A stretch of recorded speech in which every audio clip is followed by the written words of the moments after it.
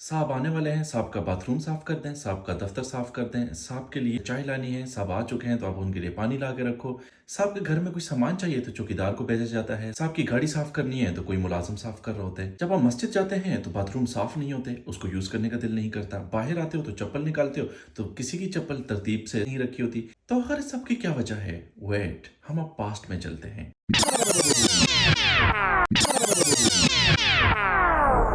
देखिए दोस्तों, जब भी एक बच्चा घर में बड़ा हो रहा होता है तो वो ये देखता है कि वालिद बैठे हुए हैं खाने खाने के लिए, तो आवाज़ आती है कि पानी ला के दे दो, या वालिदा की आवाज़ आती है कि वालिद को पानी दे दो, और बच्चा या बच्ची पानी दे देते हैं वालिद साहब को। तो डेफिनेटली आप कहोगे ये तो अच्छा काम है, बच्चा अदब सीख रहा है। ऐसे ही जब बच्चा या बच्ची बड़े होते हैं और बहुत सारे बहन भाई घर में जब होते हैं, तो कोई बच्चा या बच्ची खाना खा रहे होते हैं तो सबसे पहले तो उसके पास सब चीज़ें रखी जाती हैं। इन केस अगर पानी की उसे तलब है या पानी खत्म हो गया तो वो आवाज़ देगा कि पानी चाहिए, तो हमेशा बच्ची को या बच्चे छोटे को कहा जाता है कि भाई को या बहन को बड़ी पानी दे दो। तो हम इसे कहते हैं कि ये भी अदब का मुकाम है, बच्चा अदब सीख रहा है। लेकिन हमने यहाँ पर एक चीज मिस कर दी है। जब हम घरों से ही बच्चों को ये तरबियत देना शुरू कर देते हैं कि आपने अपना काम नहीं करना, बल्कि कोई भी छोटा आपसे आपका काम करेगा। ऐसे ही जब बच्चे घर में आते हैं तो चप्पल कहाँ उतारने हैं उनको ये तरतीब सिखानी होगी, और हर दफा बार बार कहना होगा कि कहाँ उतारने हैं, कैसे उतारने हैं, हाथ कैसे धोने हैं, स्कूल का यूनिफॉर्म कहाँ उतारना है,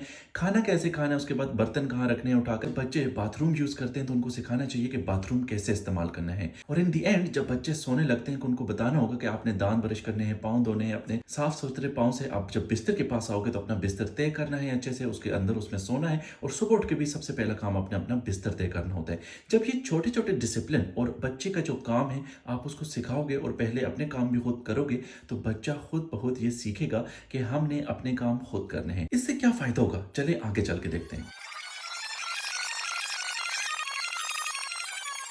वो बच्चा जो कल को अफसर बनता है, तो वो बच्चा जिसकी तरबियत आपने ऐसे की थी, वो अपने बाथरूम खुद साफ करता है, अपनी ऑफिस की चेयर खुद साफ करता है, डेस्क साफ करता है, अपने छोटे छोटे काम, इवन दो को उसे चाय पीनी है तो वो खुद अपने लिए चाय बनाता है या लेकर आता है।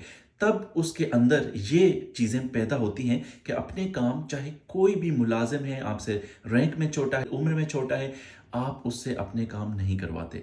तो इस तरीके से दोस्तों हम बच्चों को ये तरबियत दे सकते हैं, लेकिन सबसे पहले हमने ये अपने आप को चेंज करना होगा, तब ये तरबियत बच्चों में ट्रांसफ़र होगी। तो कल को फिर हमारी मस्जिदों में चप्पल डिसिप्लिन से रखे होंगे, बाथरूम साफ होंगे, और हर बच्चा डिसिप्लिन से अपना काम, और हर अफसर भी अपना काम खुद करेगा। Thank you very much.